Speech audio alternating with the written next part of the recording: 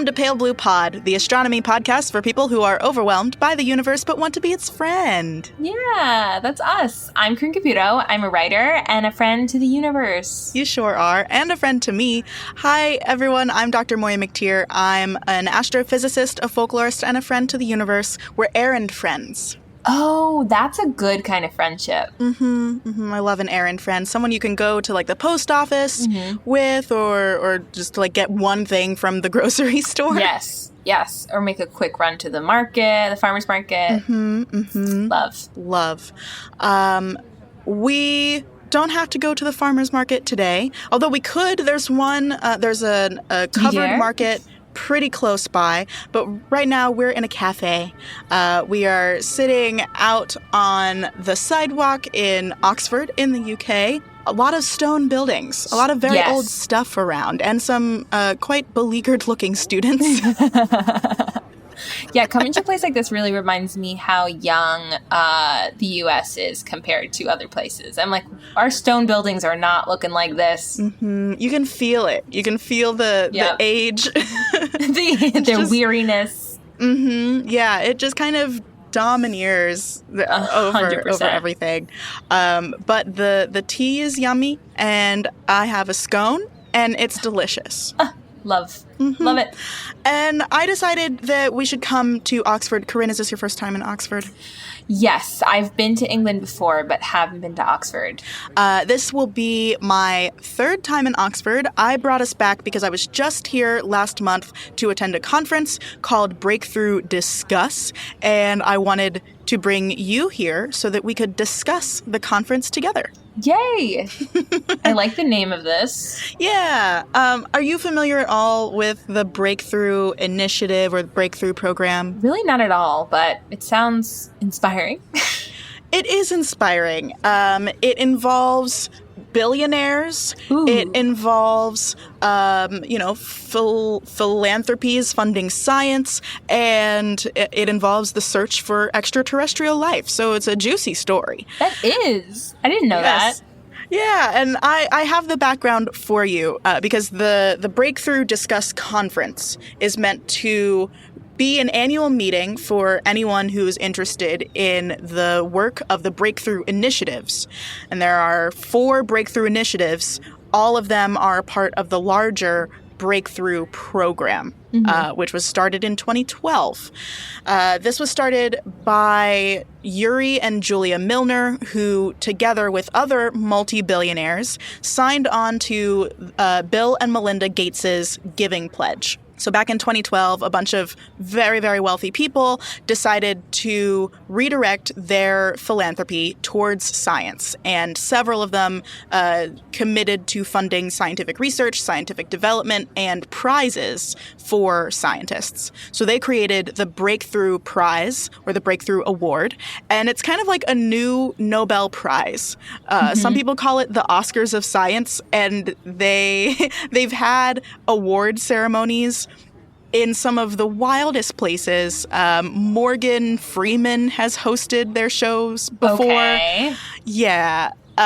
So they make it a big deal, and the prize gives out a trophy and a $3 million award, which is more than the Nobel. Yeah, that's a lot of money. It's a lot of money, and they work in 3 different categories, so fewer than the Nobel Prize. But you can win a breakthrough prize for fundamental physics, for life sciences, or for math. Just those 3 categories. That's the whole Breakthrough Prize, but within that is the Breakthrough Initiative. And that was started by Yuri and Julia Milner because Yuri was interested in physics before he became a businessman and got super successful and wealthy in like stocks and other things that rich people know about that I should know more about. I know. I almost put it on my resolutions this year to be like, understand money, which I know is important, listeners. Don't tell me. But I'll get there. You and me both. I can understand hydrostatic equilibrium in stellar interiors, but money is confusing. But Moiya, this is how they win. They want us to not understand. You're right. You're right. Part of the revolution will be me playing within their rules. We can dismantle the house with the master's tools. No, that was a joke, obviously. So Yuri's very into physics, especially astrophysics and the search for extraterrestrial life. So he and Julia start the Breakthrough Initiatives, which is a suite of astronomy missions aimed particularly at figuring out if we're alone in the universe. And there are 4 different branches. There's Breakthrough Watch, which is a multi-million-dollar project funded by the Milners to identify and characterize Earth-sized rocky planets around Alpha Centauri, which is the kind of one of the close stars to us, and other stars within 20 light years of Earth. They are searching for oxygen and other potential signatures of primitive life. So spending millions of dollars studying the surfaces and atmospheres as much as we can of all of the planets within a 20 light year radius, which is a huge deal. Yeah. But that still kind of pales in comparison to the mission of the Breakthrough Listen initiative. Would you like to guess how much money is going towards funding the Breakthrough Listen initiative? I mean, I feel like it's in the millions like the others. 5 million. 100 million. That is so much money. So much money. $100 million for apparently the most comprehensive search ever undertaken in space for evidence of technological civilizations. That is so frustrating because I think finding aliens would be so cool. And I also think like $10,000 would change my life. You know what I mean? Like we are giving so much money to this thing and I just want to make sure we're taking care of our own people too. I get that. I don't think it's this person's job to take care of regular people. No, it's more of an overall, holy shit, imagine that much money. Exactly.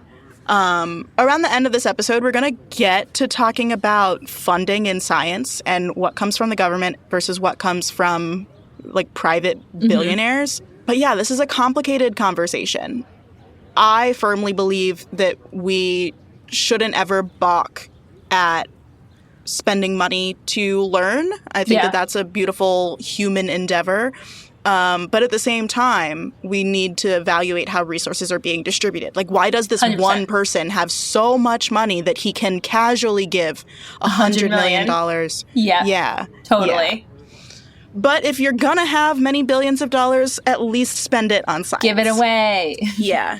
The Breakthrough Listen program was launched in 2015 in collaboration with Stephen Hawking, and they're going to survey the closest million stars to us. They're also going to scan the galactic center and the galactic plane, so searching the stars in different regions of our galaxy. They're going to try to collect radio signals from the 100 closest galaxies. Okay. Yeah. So it's a huge undertaking, bigger than anything SETI has ever done. It truly will be the most comprehensive search for life, for technosignatures specifically. So $100 million actually is what they would need for that to get all of these massive radio telescopes up and operating and maintained. They are using existing telescope arrays. You know, they're working with the Square Kilometer Array in South Africa and Australia. They're working with Meerkat in South Africa. They're working with the like VLA in New Mexico. So they're doing a lot that already exists. Yeah. Or they're working with a lot of stuff that already exists, but they still need to fund new initiatives. Sure. So that was 2 of the branches. The next branch is Breakthrough Message. This is a $1 million competition. So this isn't funding research. This is a competition to design a message that represents Earth, life, and humanity that could potentially be understood by another civilization. So this is like the golden record, but on level 11. Yeah. You know, maybe it's just based on math equations. Maybe it's just based on representations of the chemical elements. Like maybe it's a star map or something. But they are giving out a bunch of prizes. All together, they total $1 million. So it's not like $1 million prize is going to be given. Yeah. But they're giving out a bunch of prizes. The competition will be open to anyone, and their website says that they're going to announce the details, quote, soon. So be on the lookout for Well, that this feels like competition. I could enter that. Corinne, I think we should enter it. Yeah. It's so, as soon as you said message or like, designing a message, I'm like, well, I can copyright. But I'm like, none of my normal tools work here. What do you mean? Maybe the aliens also need to understand narrative and clarity and story. I'm thinking of the Golden Record, and like the first time I learned about it, I was so impressed by the imagery that they picked. And I remember being like, I don't know if this is going to work, but like I never would have thought of that. Mm-hmm. So it's going to take a thinking hat. I think we could figure something out. I think between your creativity and my weird knowledge, I think we can get there. Yeah. We'll check the website. Yeah, sure.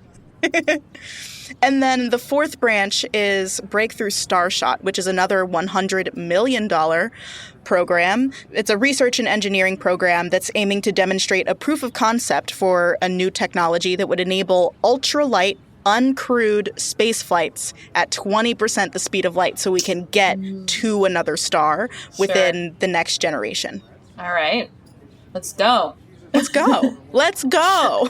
I'm here for it. An uncrewed mission to another star would be sick. That would be really nuts. I haven't thought about how we have not done that. Yeah, and there are so many ideas floating around for how they could do that. People have talked about using gravitational assists by using gravity in the outer planets of the solar system to fling us further along. Mm-hmm. I remember my advisor in grad school talking a lot about solar sails, so using the solar wind as something that could propel a spaceship or a spacecraft very far. I can see that.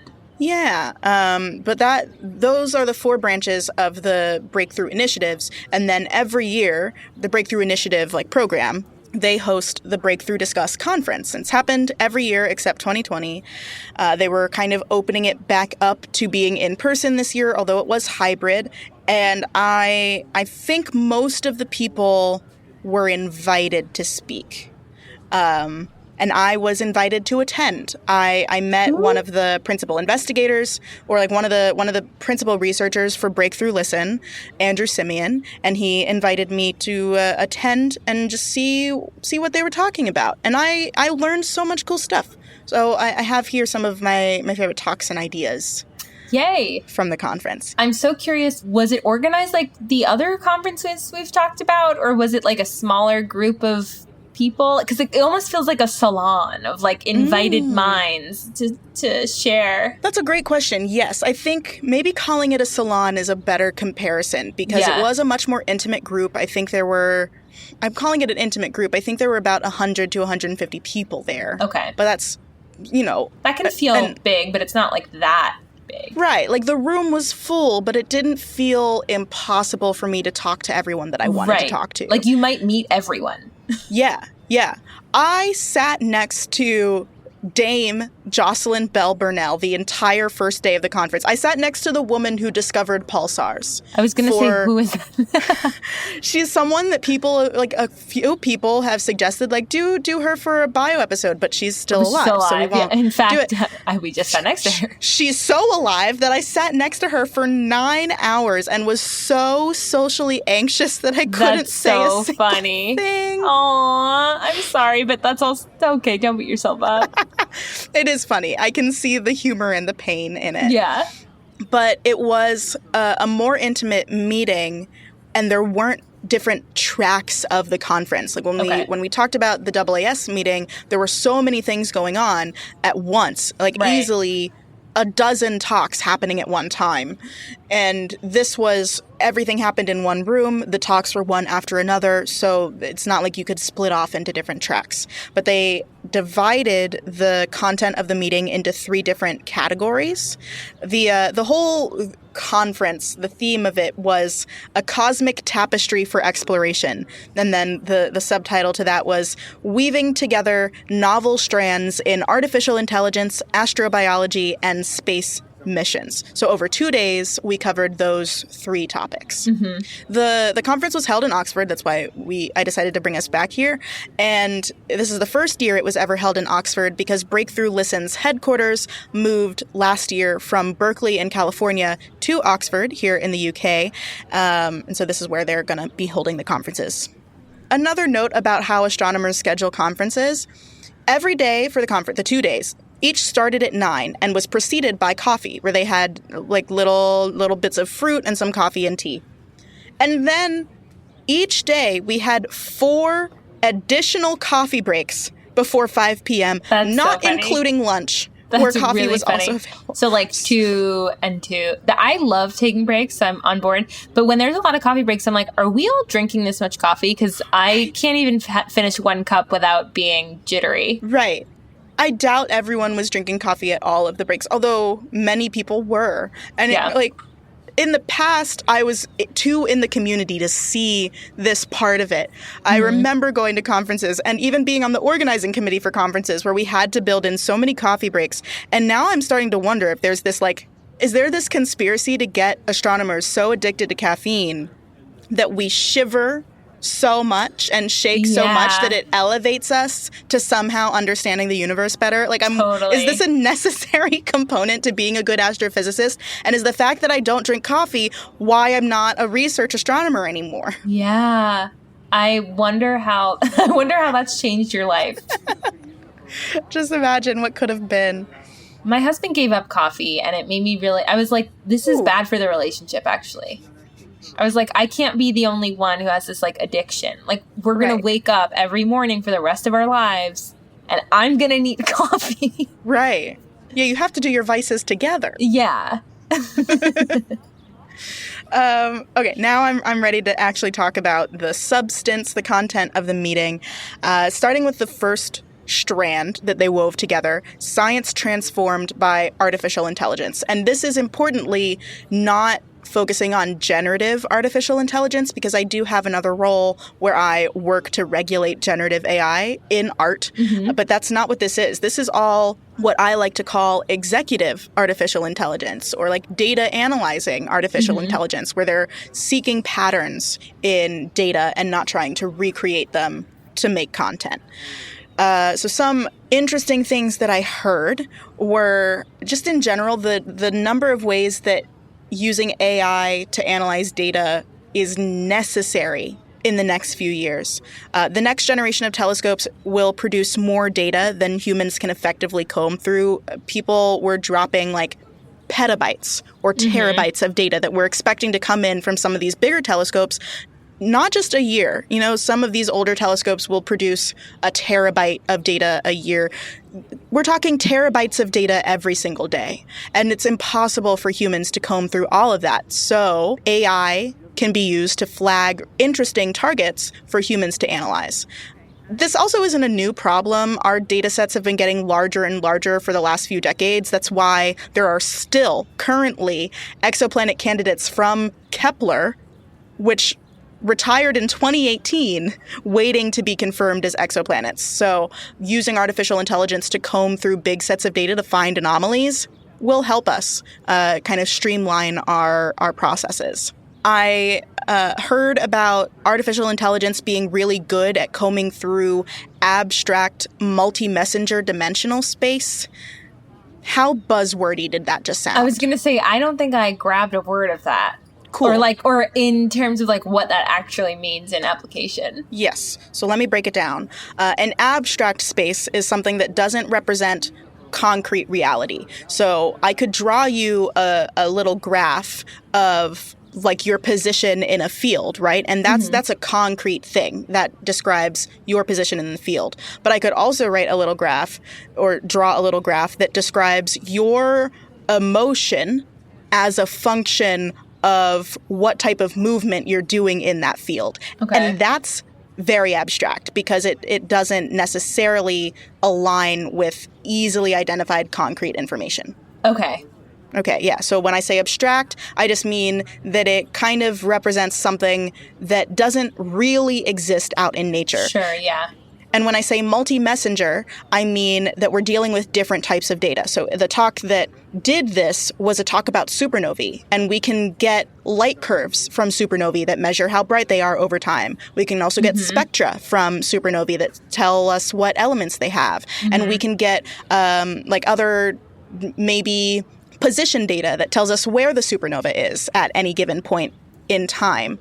And usually when we are dealing with data analysis as humans, we keep all of those types of data separate. But when we're using AI, it doesn't actually care about keeping all of those pieces of information separate. It can deal with them all at the same time by creating an abstract space that represents both of those things, even though we wouldn't create a concrete space that combines both of those things.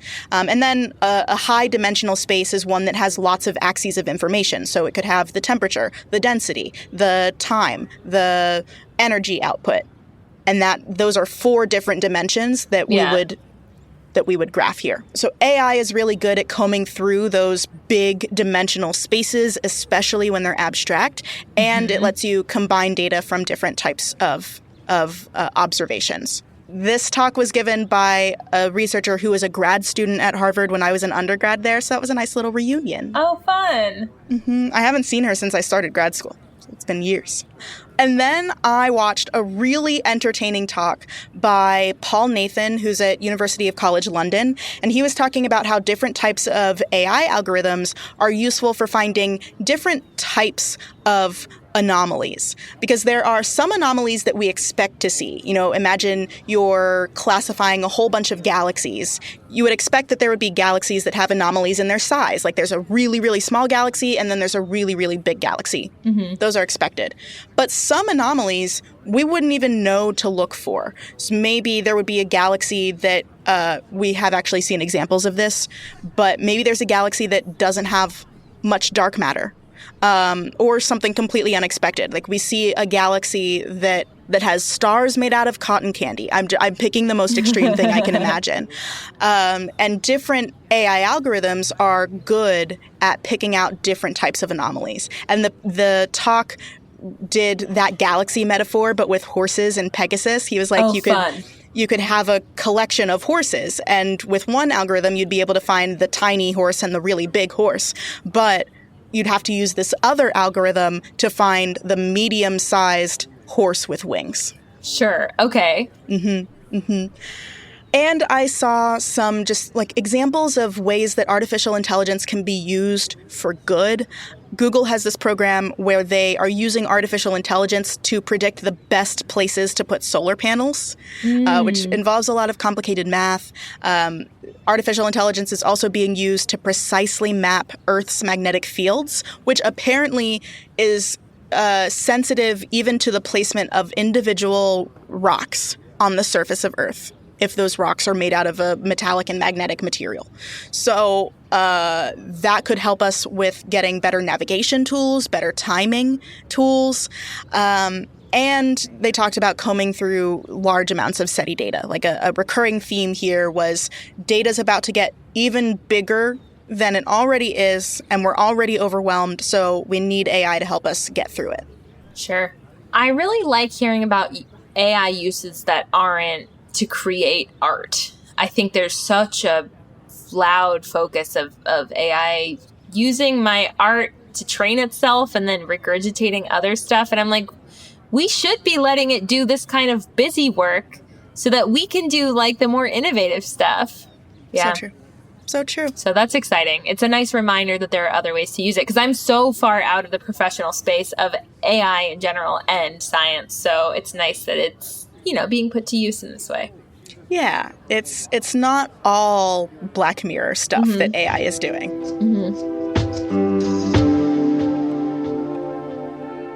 Hi friends, Moiya here. Corinne is getting us another pot of tea, so I figured now would be a good time to share some messages and thank our patrons, especially our sun-like stars, Scott Reynolds, Ian O'Leary, Augustin, and Tom T. We love you so much over here. And thank you to our latest pre-main sequence star, Michelle Tuesday. I hope you enjoyed the collapse of your gaseous cloud. Patrons can hear their name on the show, they can make their mark on our patron star chart, and get research notes for every single episode, all by supporting us on Patreon for just about $1 per episode. And if you sign up for an annual membership, you end up getting a 13% discount across the entire year, and it's a win-win because we get an entire year's worth of support, and you get to support one of your favorite podcasts for less money. You can find that star chart, our Patreon info, and more at our website, palebluepod.com. Or if you already know you want to support us financially, you can go right to the source, patreon.com/palebluepod. Of course, if you can't support us financially, that's totally fine. You are still space, and we love you very much. There are other ways that you can support the show and help us grow. You can rate and review the show on whatever app you use. I personally love reading them anytime there's a new one. And you can share the show with your friends because word of mouth is really powerful. So take a link to this episode and send it to someone who you think would really enjoy it. Do you have a friend who wants to know more about AI research going on? Do you have a friend who's interested in applying for grants for research projects or something? I don't know. Send this to someone who you think would enjoy it, and we will really, really appreciate it. Next, I have a message. It's a podcast recommendation recommending another show in the Multitude Collective, and it's one of my personal favorites. It's a podcast that I listen to every single week, and it's called Spirits. This is a history and comedy podcast focused on everything folklore, mythology, and the occult, told through the lens of feminism, queerness, and modern adulthood. Every week, mythology buff Julia and her childhood best friend Amanda get together to learn a different story from mythology and folklore over drinks. That's everything from the mythological origins of major franchises like Lord of the Rings and Pokemon to modern urban legends that listeners send in and they read on the show, all the way to a roundup of werewolf stories and, featuring yours truly, some responses to requests for advice, where Julia and I channel different mythological figures and provide that advice for you. You can start listening with any of their 400 plus episodes that they've released over the last 7 years. They truly are podcast goals. There's so much to enjoy. So whether you're here for analyses of mental health in mythology or creepy modern ghost stories, I would recommend diving in at spiritspodcast.com, or you can search for Spirits wherever you download your podcast. All right, Corinne is back. The pot of tea is steaming. So let's get back to the episode. The next strand is the one I was really excited about, although it ended up not being exactly what I expected it to be. And this was the strand on astrobiology. So it's called The Fabric of Life on and Off of Earth. They focused a lot on moons in the outer solar system. There were several talks about Enceladus, which shows we've seen evidence of phosphine in the liquid water ocean under the icy surface. Enceladus is one of the moons around Saturn. But they also talked about Triton, which is one of the moons around Neptune, and it has interesting geysers shooting out plumes of material that we can study the same way we studied Enceladus's geysers with the Cassini spacecraft. Mm-hmm. And they talked about Europa, which apparently has more water in its subsurface ocean than all of Earth. Really? Okay, let's go. Earth is not much water. If you collected all of it and you loaded it into a little ball, you've seen that graphic that shows it's like less than the size of the U.S. I have seen that, and it's so hard to imagine because when I'm standing at the ocean, I'm so overwhelmed by like, oh my God. Mm-hmm, but yeah, all right. Yeah, so we talked a lot about those moons as potential targets for searching for life elsewhere in the solar system. Mm-hmm. And then there was this great talk by Jane Greaves, who I've never met in person until this meeting. We've never talked about her on the show, I don't think. But I read a paper of hers in 2021 that inspired a whole ExoLore episode and also inspired a bunch of debate in the astronomy community. So back in 2021, Jane Greaves published a splashy and contested paper claiming to have found phosphine in Venus's atmosphere. And people were like, no, you didn't really find phosphine. And she would come back with more detections. Like it kept like a volleyball match, just going back and forth. But in this talk, she showed that she has consistently been detecting phosphine in the atmosphere of Venus since 2017. So this isn't new, and it's not a fluke. But she does want there to be future missions to go back and see what this phosphine actually means. We know it's there now. We know as a community that phosphine, while not a definitive sign of life, is a pretty good indication that there are biological processes happening, like organic biological processes. But yeah, we need more data. And it was just really cool to see Jane Greaves give this talk. That's very cool. Yeah. She's nice. She's a nice lady. She teaches, where is she? The University of Cardiff, I think, in Wales. Oh, fun. I didn't know there was a school there. But there's schools everywhere. All of Cardiff just has no schooling. I just haven't thought about it. The capital of Wales. Yeah. Like, why would they have a school? Why would they need it? Just pop down to Oxford. Yeah. They have TV. They have a good train system. They can do it. There was a talk about the European Space Agency's Plato telescope. Have you heard of Plato, the telescope, not the philosopher? Haven't, but I'm sure Plato stands for something. It does. You're spot on. It stands for planetary. So that's where the PLA comes from. Transits and oscillations of stars. So the of stars just gets nothing. Of stars. You whisper it, of stars. Of stars. You whisper it as you're leaving the room, actually. Yeah. This is going to be a mission by the European Space Agency to find and study exoplanets, and it's expected to launch at the end of 2026. So it'd be kind of like the follow-up to Kepler and TESS, but it's going to have, I think they said, the precision of Kepler, but the field of view of TESS. And we haven't talked about TESS, but we'll do an episode about it sometime. That's fun. And that's your field. Yes, yeah. I'm so excited. I'm always here for more exoplanet hunting missions. And then there was an interesting swerve. We zagged a bit at the Breakthrough Discuss meeting and heard from an archaeologist about preserving early life fossils here on Earth and using that to determine what kinds of signatures we could look for elsewhere, and also what kinds of procedures we should have when we are trying to look for life in other environments and we don't want to contaminate them.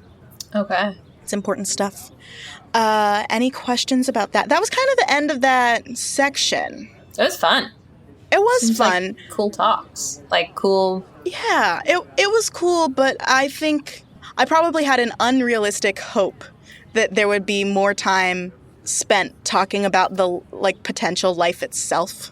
But we'll get to that at the end of this episode, where I think we should each propose a new session that should have been included in the conference. Love that. Yeah. So start thinking about that a little bit. Mm-hmm. Noodle on that.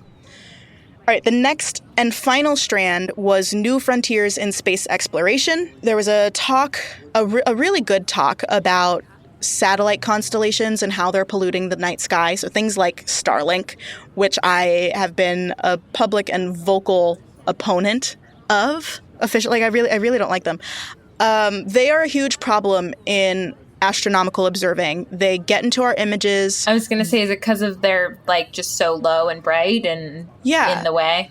Yeah, they're low, they're bright, they're in the way. They travel around, and it's not, I don't know if it's not predictable where they'll be or if it's not public information where they'll be. But we can't escape them because there are just too many of them. There are more than 6,000 Starlinks up in the sky right now. And that's just Starlink. There are other satellites up there. The Vera Rubin Observatory, a really powerful observatory that's going to tell us about the nature of dark matter and dark energy and the early universe, it expects to see at least one satellite streak in every single image it takes. Oh, wow. So we're going to have to figure out as a field, as a community, how to remove those streaks from the data.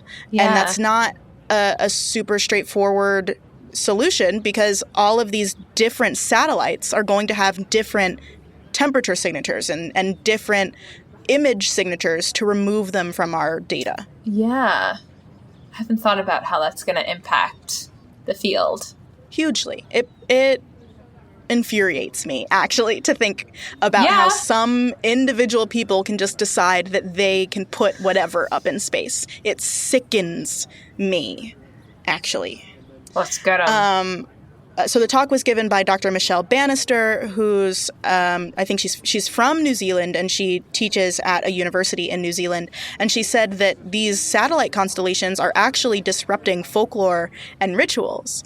She talked about a New Zealand, a Maori ritual to celebrate New Year's, not the New Year's that we have, but they have a New Year's ceremony where they look for the Pleiades cluster like appearing above the horizon at a certain point at a certain time. The Pleiades cluster is called Matariki in Maori, and these constellations have made it harder to see Matariki appearing above the horizon at the right time. So these constellations have disrupted this cultural practice and made it harder for us to do research. So it's just insulting on so many levels. That sucks. Yeah. All of these talks were recorded and put on YouTube, and I included a link to this talk specifically in our research notes for our patrons because Dr. Bannister included a Maori saying, like she said a Maori saying on stage about how the sky and the earth and the people are all connected, and it was so beautiful. I felt really touched in the moment, so I'm including the video for patrons so you can go and watch it. It's at like the 3-minute mark, so you don't have to wait too long or watch the whole video to get that moment, which at least made the hairs on my arm stand up. Then there was a talk about a fluid telescope. What's that? So the fluidic telescope, or FLUTE, that's another kind of mangled acronym, is a NASA idea. They have some funding right now to develop and research the idea to make a 50-meter self-repairing space-based telescope made out of some liquid material, some polymer that they're still developing. And it would be launched into space, and it would have some type of solid backing, but then they would, I guess, just like spill out the liquid, and through surface tension and buoyancy because of microgravity, it would hold its shape. And if it ever got damaged or something like flew through it, the hole would get patched right up because it's just liquid, right? Okay. The goal is to develop this liquid telescope over the next 15 to 20 years and then launch it up into space and have a 50-meter telescope. It sounds very sci-fi. Right? I'm in. I'm in too. I don't know if he was the principal investigator of this or he was someone involved, but he was telling kind of the origin story of this. And he was almost like at I think a children's birthday party talking to someone who does like polymer science or material science, and just kind of jokingly said something about putting a liquid telescope up in space, and then the person he talked to went back and tested it out and it worked, so now they're getting actual development funds. Cool. So yeah, any random stupid seeming idea that you come up with at a kid's birthday party could eventually turn into a NASA mission. That's so funny. All right. Do it. Yeah, why not? And then I think we brought this up a couple episodes ago, but I kind of flippantly mentioned the idea of putting a telescope on the moon. Yes, we have mentioned that. Yes. Well, apparently NASA is seriously considering putting a telescope on the far side of the moon. NASA, together with the Department of Energy, is developing the Lunar Surface Electromagnetics Experiment, or LUSEE, S-E-E. This is specifically LUSEE Night, which is going to go on the far side of the moon, and then there's going to be an instrument launched around the same time called LUSEE Light, which will operate during the daytime on the moon, and will take some other measurements, I think, to calibrate the LUSEE Night instruments. But they're going to put this radio receiver on the far side of the moon to study the cosmic dark ages. This is a time in the universe when the first stars and galaxies were just starting to form, so the universe was very dim. There weren't a lot of photons bouncing around. LUSEE is expected to launch in late 2025 or early 2026. So sometime soon, if it's not delayed, knock on wood somewhere, we are going to have a telescope on the far side of the moon. That's awesome. Let's do it. Yeah, just always sitting there, powered by solar power, because far side of the moon does not mean dark side of the moon. So there will be times when LUSEE Night is exposed to the sun so it can recharge its solar panels and have energy from that. Cool. And then there was a talk on the second day about the history of philanthropy as it relates to science. And I learned that in the United States, philanthropy funds as much science research and development as the government, and that the ratio is skewing more and more towards philanthropy in recent years. Oh, okay. Yeah. Yeah. And I truly don't know how I feel about it. I love the idea of taxpayer-funded scientific research, because then the people, at least on the surface, are owed an explanation of what the science does. Yeah. The same isn't true with privately funded science. There's no obligation to share it with the public, although many of them do. Yeah. But it's so up to them that I sometimes have complicated feelings about it. I, however, do not have complicated feelings at all about the search for extraterrestrial intelligence getting hundreds of millions of dollars of funding. So I feel fine. I'm fine with this right now. Yeah, it seems... I'm thinking back to a lot of... I feel like I was raised on PBS Kids programming, so it feels right in line with the Alfred P. Sloan Foundation and all of the scientific sponsors of the learning programs I grew up on. Yeah, they had a list of a bunch of the big philanthropic organizations that fund science in the U.S., including Sloan, for sure, the Alfred P. Sloan Foundation. And it was a bunch of the individual multi-billionaires and different foundations that joined onto the Giving Pledge for Bill and Melinda Gates. It was an interesting talk, going back to kind of vaguely talk about the old idea of patronage and following that same line through to what philanthropy looks like today. Yeah. Yeah. But that was the talk. That was the whole conference. Fun. Yeah. What do you think? Would you like to be there? Kind of. It feels like less nitty gritty of astrophysics, and maybe it wasn't, but like it seems like just very forward thinking and optimistic and exploring. Like, I feel like looking for life is such a wide ranging, everybody loves it. Yeah, it captures the people's minds. It's evocative. Yeah, exactly. Clearly, they did not reach out to us to help with organizing this conference, which is rude, but also saved us time. We're busy doing other stuff, but the conference probably, almost certainly, definitely did suffer for it. So I would like to know, if we were involved with the organizing of this conference, what sessions would we have added? That could be like a big theme that we organize a bunch of talks in, or a particular panel session, or what would you have wanted to add here? I would have loved, and I can do this research myself too, but like thinking about the messages of what do you mean we're going to create this other golden record, and what is important to put on it and why. And yeah, it feels like creating a brand for Earth, where the branding of Earth and then releasing that package into almost like wild. A craft time, like have the attendees make their own. Yeah, exactly. Yeah, I'm curious about who, because I'm sure there are professionals who have been theorizing on this and working on it, and I want to hear from them about what we should build on compared to the golden record, or what we should take it away. Yeah, for sure. I would have added something, I think, to the tail end of the second strand about astrobiology.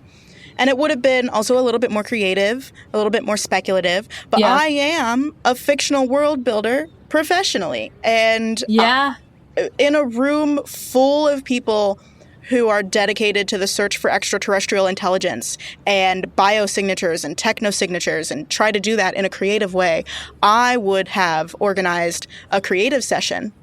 Ooh, where, I like that. Already. Great. Thank you. Yeah. It kind of, I guess, maybe a world building session, but I think I would have switched it up from what I usually do, and I would almost have it be like, you know that game where someone draws something and then the next person says what it is, and then they cover up the drawing, and the person after that has to draw what the person wrote? Yes. I kind of want to do something like that, where it's like collaborative world building with fact-checking along the way, or like corrections along the way. So one person starts and they're imagining, like they do a first pass at the world building. What would the environment and biology be like? And then the next person gets to actually, because we know how much scientists love to actually, and kind of correct and be like, oh, well, with this atmospheric composition, I think you would end up with a sulfur-based life form or something. And that would have been really fun to get a bunch of nerdy alien-obsessed astrophysicists and whoever else was in the room to do a whole world-building session together. I love that. That would be really fun. And I think it's also great to have some kind of team-building exercise at something like this because, I mean, as much as it's about sharing information, it's also about, like, connecting with your peers and networking and things like that. So it feels like a fun workshop. Agreed. So next year, clearly... that will be in the schedule. I know they're going to be calling. Obviously, no doubt about it. But in the meantime, any last thoughts or questions about discussing this search? I think I'm just really curious to know how some of these missions work out. And a lot of them are really close or in the next, 3 years. So I think it's an exciting time to be alive. Yay! It certainly is. It's a very exciting time to be an astronomer. There are lots of good missions coming out. But no matter how comfortable you are discussing worlds and alien life forms, remember, you're still space. You are.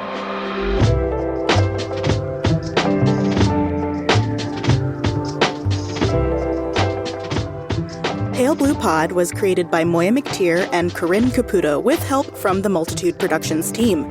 Our theme music is by Evan Johnston and our cover art is by Shay McMullen. Our audio editing is handled by the incomparable Misha Stanton. Stay in touch with us and the universe by following @PaleBluePod on Twitter and Instagram, or check out our website, palebluepod.com. We're a member of Multitude, an independent podcast collective and production studio. If you like Pale Blue Pod, you will love the other shows that live on our website at multitude.productions. If you want to support Pale Blue Pod financially, join our community over at patreon.com/palebluepod. For just about $1 per episode, you get a shout out on one of our shows and access to director's commentary for each episode. The very best way, though, to help Pale Blue Pod grow is to share it with your friends. So send this episode, this link, to one person who you think will like it, and we will appreciate you for forever. Thanks for listening to Pale Blue Pod. You'll hear us again next week. Bye.